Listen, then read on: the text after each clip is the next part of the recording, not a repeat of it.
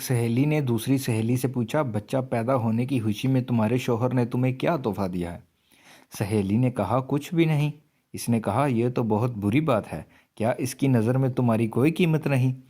لفظوں کا یہ زہریلا بم گرا کر وہ سہیلی دوسری سہیلی کو اپنی فکر میں غلطاؤں پیچا چھوڑ کر چلی گئی۔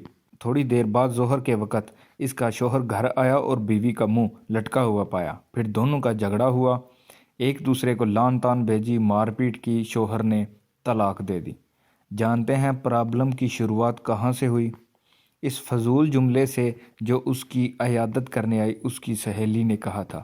اسی طرح اسد نے حامد سے پوچھا، تم کہاں کام کرتے ہو؟ حامد، فلاں دکان پر۔ ماہانہ کتنی تنخواہ ہے؟ حامد، 18,000 روپے۔ اسد، 18,000 روپے بس؟ تمہاری زندگی کیسے کٹتی ہے اتنے پیسوں میں؟ حامد گہری سانس کھینچتے ہوئے، بس یار کیا بتاؤں۔ میٹنگ ختم ہوئی۔ کچھ دنوں کے بعد حامد اب اپنے کام سے بیزار ہو گیا اور تنخواہ بڑھانے کی ڈیمانڈ کر دی۔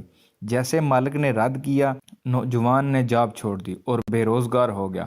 پہلے اس کے پاس کام تھا، اب کام نہیں رہا۔ ایک اور مثال، ایک صاحب نے ایک شخص سے کہا جو اپنے بیٹے سے الگ رہتا تھا، تمہارا بیٹا تم سے بہت کم ملنے آتا ہے، کیا اسے تم سے محبت نہیں؟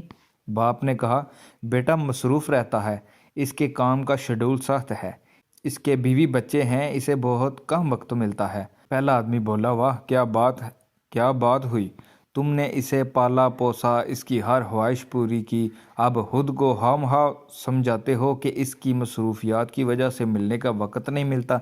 یہ تو نہ ملنے کا بہانہ ہے۔ اس گفتگو کے بعد باپ کے دل میں بیٹے کے لیے خلش سی پیدا ہو گئی۔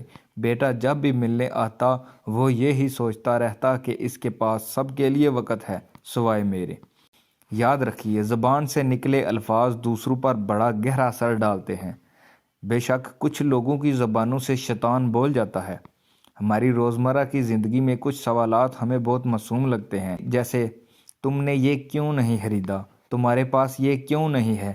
تم اس شخص کے ساتھ پوری زندگی کیسے چل سکتی ہو؟ تم اسے کیسے مان سکتے ہو؟ اسی طرح کے بیشتر سوالات نادانی میں یا بلا مقصد ہم پوچھ بیٹھتے ہیں، جبکہ یہ بھول جاتے ہیں کہ ہمارے یہ سوالات سننے والے کے دل میں نفرت یا محبت کا کون سا بیج بو رہے ہیں۔ آج کے دور میں جو ہمارے ارد گرد یا گھروں میں جو فساد ہو رہے ہیں، ان کی جڑ تک جایا جائے تو اکثر اس کے پیچھے کسی اور کا ہاتھ ہوتا ہے، اور یہ نہیں جانتے کہ نادانی میں یا جان بوجھ کر بولے جانے والے جملے کسی کی زندگی کو تباہ کر سکتے ہیں۔ فساد پھیلانے والے نہ بنو، لوگوں کے گھروں میں اندھے بن کر جاؤ اور وہاں سے گونگا بن کر نکلو۔